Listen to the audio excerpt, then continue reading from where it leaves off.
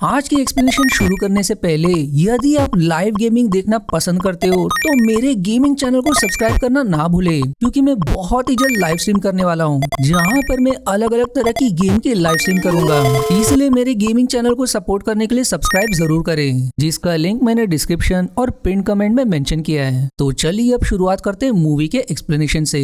Film के शुरुआत में हमें 1691 के समय का बोस्टन शहर दिखाया जाता है, जहाँ एक गुप्त जगह पर वॉरलॉक नाम के एक आदमी को कुछ लोगों ने कैद किया होता है। दरअसल वॉरलॉक के ऊपर विच होने का आरोप है, और यहाँ मैं आपको साफ करना चाहूंगा कि जो असली विच होते हैं उनका कोई जेंडर नहीं होता, जिसके बारे में इस मूवी में भी बताया गया है कि कुछ पुरुष भी विच हो सकते हैं। फिर तभी हम वॉरलॉक के पास कुछ लोगों को आते हुए देखते हैं जो कि वॉरलॉक को मौत की सजा सुनाते हैं, और वहीं पर हम रेडफॉर्म नाम के एक आदमी को भी देखते हैं जो कि एक विच हंटर है, और वॉरलॉक ने रेडफॉर्म की पत्नी को मार डाला था, इसलिए उसी ने वॉरलॉक को पकड़कर यहाँ कैद किया हुआ है। अब यहाँ पर हमें वॉरलॉक और रेडफॉर्म की बातों से पता चलता है कि वॉरलॉक को कल ही मौत की सजा दी जाएगी, लेकिन वॉरलॉक रेडफॉर्म से कहता है कि अभी उसके मरने में कई घंटे बचे हुए हैं और तब तक कुछ भी हो सकता है। पर रेडफॉर्म उसकी बातों पर ध्यान नहीं देता और वहाँ से चला जाता है। लेकिन जैसे ही वो बाहर का दरवाजा खोलता है तो वो देखता है कि बाहर एक तेज तूफान उठ रहा है, जिसे देखकर वो तुरंत अंदर की तरफ भागता है,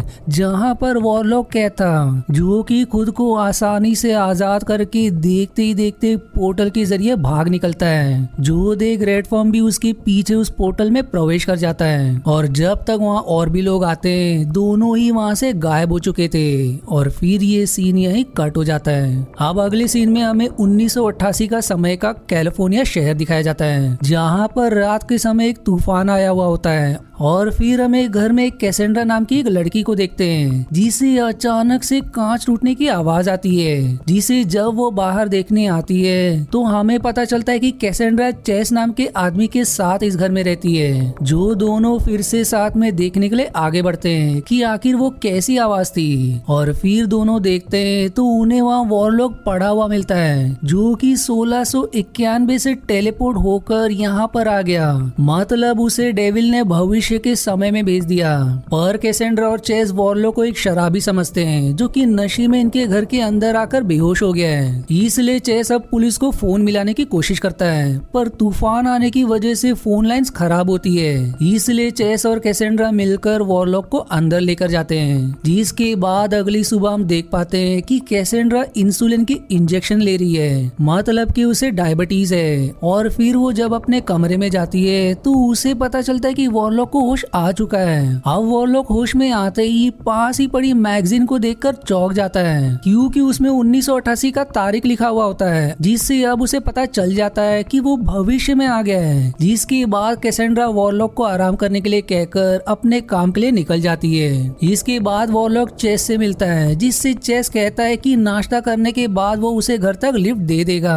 अब यहाँ वॉरलॉक को चेस की अंगूठी पसंद आ जाती है, इसलिए बातें करते करते वो अचानक में ही चेस की उंगली काट कर उस अंगूठी को निकाल लेता है, और फिर वॉरलॉक चेस को जान से मारकर वहाँ से चला जाता है, जिसके बारे में कैसेंड्रा को पुलिस से पता चलता है। इसलिए कैसेंड्रा तुरंत वापस घर के लिए निकलती है। इधर दूसरी तरफ वॉरलॉक एक ज्योतिषी के पास पहुँचता है, जो कि लोगों को उनके चाहने वालों की आत्मा से अपने जरिए उनकी बात करवाती है, ताकि लोग अपने चाहने वालों से जो पूछना चाहे वो पूछ सके। इसलिए वॉरलॉक भी उसे जैमियल नाम बताकर कहता है कि ये मेरे पिता है, इसलिए वो जैमियल को अपने अंदर बुलाए ताकि उनसे वो जो पूछना चाहता है वो पूछ सके, जो रियलिटी में कोई और नहीं बल्कि एक डीमन है। और फिर हम देखते हैं कि अचानक से उस ज्योतिषी का चेहरा बदल जाता है, मतलब कि जैमियल ज्योतिषी के अंदर प्रवेश कर चुका है। उसके अब आते ही वॉरलॉक उससे पूछता है कि आखिर उसने उसे इस समय में टेलीपोर्ट क्यों किया। तो इस पर जैमियल उसे बताता है कि जो मेरी द ग्रैंड ग्रीमोर नाम की बाइबल है उसे 3 भाग में करके उन्हें अलग अलग जगह पर छिपा दिया गया है, और वॉरलॉक को उन तीनों भागों को ढूंढकर उसे इकट्ठा करना होगा, ताकि इससे जैमियल फिर से इस दुनिया में आ सके।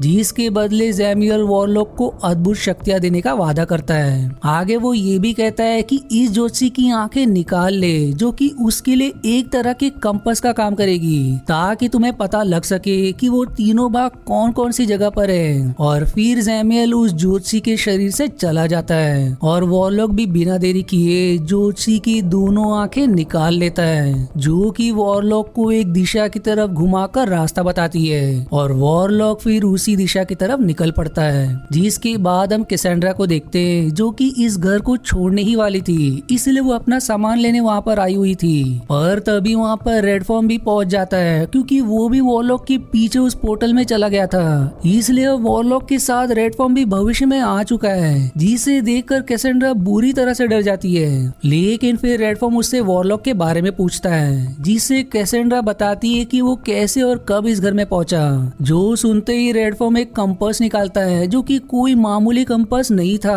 बल्कि एक विच कंपास होता है, जिसकी सुइयां वॉरलॉक के आसपास होने पर अपने आप ही हिलने लगेगी। अब जब रेडफॉर्म उस कंपास को देख ही रहा होता है, उस दौरान कैसेंड्रा पुलिस को फोन करके बुला लेती है, जो कि वहां पहुंचते ही वॉरलॉक को बेहोश करके उसे अरेस्ट कर लेते हैं और एक ऑफिसर जाते जाते कैसेंड्रा से कह जाता है कि वो इस घर को जल्द से जल्द खाली कर दे। इसलिए अब कैसेंड्रा जल्दी से अपना सारा सामान रखने लगती है, पर तभी वहाँ पर वॉरलॉक पहुँच जाता है, जो पहुँचते ही सबसे पहले वहाँ मौजूद एक कीमती टेबल को तोड़ने लग जाता है, जिसके अंदर से उसे ग्रैंड ग्रिमोर का पहला हिस्सा प्राप्त हो जाता है। इधर कैसेंड्रा भी खिड़की के जरिए भागने की कोशिश करती है, पर तब तक वॉरलॉक कैसेंड्रा का हाथ पकड़ लेता है और उसमें से वो उसका ब्रेसलेट उतार लेता है और वहीं अब कैसेंड्रा के सिर पर चोट लगने के कारण वो वहीं बेहोश हो जाती है। इसके बाद वॉरलॉक कैसेंड्रा को देखकर किसी तरह का मंत्र बोलता है, जिसके बाद वो वहाँ से चला जाता है। इसके बाद जब अगली सुबह कैसेंड्रा की आंखें खुलती है तो वो देखती कि वो बूढ़ी हो चुकी है, मतलब उसकी उम्र 20 साल से बढ़कर अब 40 साल की हो चुकी है। इसलिए अब वो सीधे सबसे पहले जाकर रेडफॉर्म को पुलिस स्टेशन से छुड़वाती है और उससे पूछती है कि क्या वो उसकी इस हालत को सही कर सकता है। तो इस पर रेडफॉर्म उससे पूछता है कि क्या वॉरलॉक के पास कैसेंड्रा की कोई पर्सनल चीज है। इस पर कैसेंड्रा उसे बताती है कि वॉरलॉक जाते वक्त अपने साथ उसका ब्रेसलेट ले गया है, जिस पर रेडफॉर्म कहता है कि अगर उसे फिर से पहले जैसा होना है तो उसे वॉरलॉक से अपना ब्रेसलेट वापस लेना पड़ेगा। जो सुनकर कैसेंड्रा कहती है कि वो फिर से वॉरलॉक से भिड़ने का खतरा नहीं लेगी क्योंकि वो बहुत ही खतरनाक है, इसलिए वो जैसी भी है वो अपनी जिंदगी को वैसे ही जिएगी। जिस पर रेडफॉर्म फिर उसे एक और शॉकिंग जानकारी शेयर करता है कि कल जब वो सुबह उठेगी तो उसकी उम्र और 20 साल बढ़ चुकी होगी और अगर ऐसा ही होता रहा तो इसी तरह कुछ ही दिनों में उसकी मौत हो जाएगी। इसलिए अब ना चाहते हुए भी कैसेंड्रा को रेडफॉर्म का साथ देना पड़ेगा क्योंकि उसे वॉरलॉक से अपना ब्रेसलेट चाहिए। इधर वॉरलॉक एक बच्चे से मिलता है जो कि उसे बताता है कि उसके पिता एक नास्तिक है, इसलिए वो कभी भी अपने बच्चों को चर्च लेकर नहीं जाते।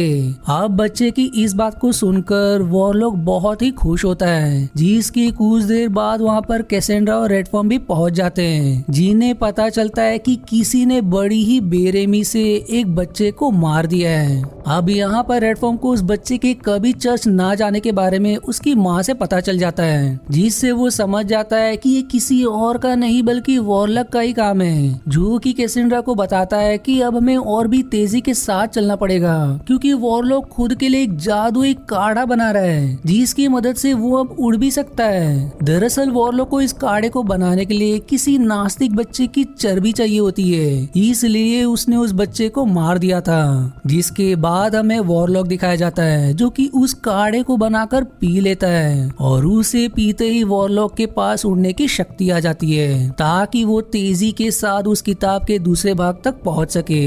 इधर कैसेंड्रा की उम्र और भी ज्यादा बढ़ जाती है, जिस दौरान रेडफॉर्म उसे बताता है कि वॉरलॉक की सबसे बड़ी कमजोरी नमक है। अब अगले दिन हम वॉरलॉक को किसी के घर में देखते हैं जहाँ पर उसे किताब का दूसरा हिस्सा भी मिल जाता है, जिसके बाद हमें उस घर का मालिक दिखाया जाता है जहाँ पर वॉरलॉक इस समय था। दरअसल इस घर का मालिक एक मेनोनाइट रह चुका है, जो कि उन लोगों को कहते हैं जो किसी समय पर चर्च के पदरी पर रह चुके हैं। इस घर का मालिक जब अस्तबल में घोड़ों को देखता है तो उसे वहाँ दिखता है कि घोड़ों को पसीना आ रहा होता है, जिसके बाद जब वो अपने घर के ऊपर के हिस्से को देखता है तो उसको उसका दरवाजा खुला हुआ दिखता है, जो देख वो समझ जाता है कि उसके घर में इस वक्त एक विच मौजूद है, इसलिए वो अपने घर पर एक निशान बना देता है, जो निशान वहाँ से गुजरते समय रेडफॉर्म को भी दिखता है और वो तुरंत कैसेंड्रा के पास उस घर के अंदर चला जाता है, जिसके बाद वो सभी को मुंह में लोहे की कीले दबाकर रखने के लिए कहता है। जिससे वॉरलॉक की शक्तियां का कोई असर ना हो। और फिर रेडफॉर्म ऊपर जाकर वॉरलॉक को ढूंढने की कोशिश करता है, जहाँ पर उसका सामना वॉरलॉक से होता है, जो कि अब भी वही मौजूद था। पर वॉरलॉक को इस किताब का दूसरा हिस्सा मिल जाने के कारण उसकी शक्तियां और भी ज्यादा बढ़ चुकी होती है। इसलिए वॉरलॉक रेडफॉर्म के ऊपर उन शक्तियों का प्रयोग करके वहाँ से भागने की कोशिश करता है। पर रेडफॉर्म काफी मशक्कत के बाद कैसेंड्रा और घर के मालिक की मदद से वॉरलॉक को पकड़ने में कामयाब हो जाते हैं। पर इसी दौरान इस घर का मालिक वॉरलॉक की आंखों में देखने लग जाता है, जिससे वॉरलॉक उसकी आंखों में देखकर उसे एक तरह से अंधा कर देता है और फिर उसकी आंखों से खून बहने लगता है, जिसका मौका देखकर वॉरलॉक वहाँ से भाग जाता है। पर रेडफॉर्म वहीं रुककर उस घर के मालिक की मदद करने का फैसला करता है, लेकिन वो कैसेंड्रा को एक हथौड़ी देकर कहता है कि तुम उसके पीछे जाओ और जहाँ भी वॉरलॉक के पैरों के निशान पड़े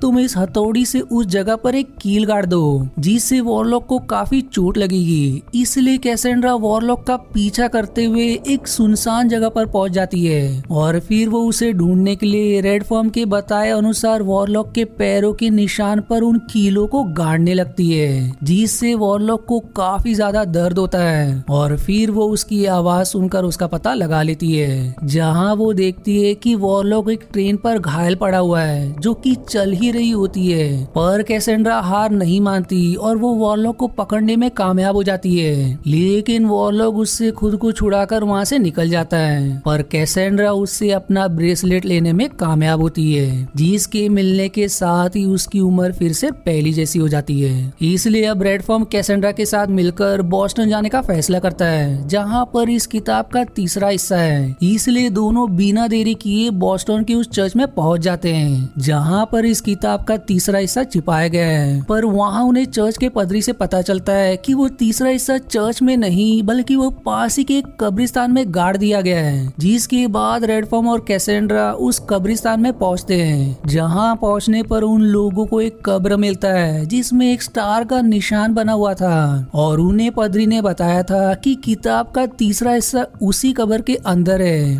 पर जब वो कब्र पर नाम पढ़ते हैं तो ये कब्र किसी और का नहीं बल्कि रेडफॉर्म की ही होती है, जो देखकर रेडफॉर्म की उस किताब को अपने ही कब्र से निकालने की हिम्मत भी नहीं होती। इसलिए कैसेंड्रा हिम्मत करके उस किताब को कब्र से बाहर निकाल लेती है और अंत में इन्हें किताब का तीसरा हिस्सा मिल जाता है। पर तब तक वहाँ वॉरलॉक पहुंच जाता है, जो कि कैसेंड्रा को पकड़ लेता है और उसके बदले वो रेडफॉर्म से उस किताब को मांगता है। जिस पर रेडफॉर्म उस किताब को सामने रखकर वॉरलॉक से कहता है कि अगर उसमें हिम्मत है तो वो बिना अपनी शक्तियों का इस्तेमाल किए उससे वो किताब लेकर दिखाए। इसलिए अब दोनों ही आपस में लड़ने लगते हैं, जिस लड़ाई में रेडफॉर्म वॉरलॉक की बहुत ही बुरी हालत कर देता है। पर यहाँ वॉरलॉक खुद को बचाने के लिए रेडफॉर्म पर अपनी शक्तियों का इस्तेमाल कर देता है, जिससे रेडफॉर्म की हालत बहुत बुरी हो जाती है। और तभी फिर से कैसेंड्रा वॉरलॉक को रोकने की कोशिश करती है, जिसे वॉरलॉक बड़ी आसानी से पास ही के एक झील में फेंक देता है और फिर किताब के तीनों हिस्सों को जोड़कर डेविल को धरती पर बुलाने की विधि शुरू करता है। अब इस पर कैसेंड्रा अपनी इंसुलिन की सिरिंज में झील के नमकीन पानी भरकर वॉरलॉक को पीछे से लगा देती है, क्योंकि उसे रेडफॉर्म ने बताया था कि नमक वॉरलॉक की कमजोरी है, जिसको लगाते ही वॉरलॉक का शरीर जलने लगता है और देखते ही देखते वॉरलॉक पूरी तरह से जलकर मारा जाता है। जिसके मरने के साथ ही अब रेडफॉर्म भी कैसेंड्रा से विदा लेकर अपने समय में वापस लौट जाता है। जिसके जाने के बाद कैसेंड्रा उस किताब को लेकर बोनेविल सॉल्ट फ्लैट्स नाम की जगह पर ले जाकर छिपा देती है, जहाँ पर चारों तरफ नमक ही नमक होता है, ताकि अगर आगे कोई भी चीज किताब को लेने आए तो इस किताब के नमक में दबे होने के कारण वो उसे छू भी ना पाए। जिसके बाद ये मूवी यहीं समाप्त हो जाती है। अब मूवी के खत्म होने के बाद हमारे दिमाग में एक सवाल तो रह ही गया होगा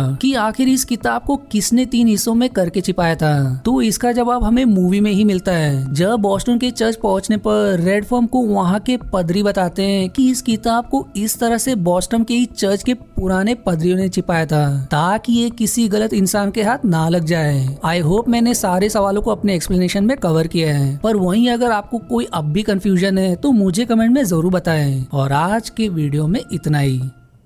आशा है आपको मेरी एक्सप्लेनेशन पसंद आई। यदि हाँ तो प्लीज वीडियो को लाइक करना और चैनल को सब्सक्राइब करके सपोर्ट करना ना भूलें। मिलते हैं अगले एक्सप्लेनेशन वीडियो में, तब तक के लिए धन्यवाद दोस्तों।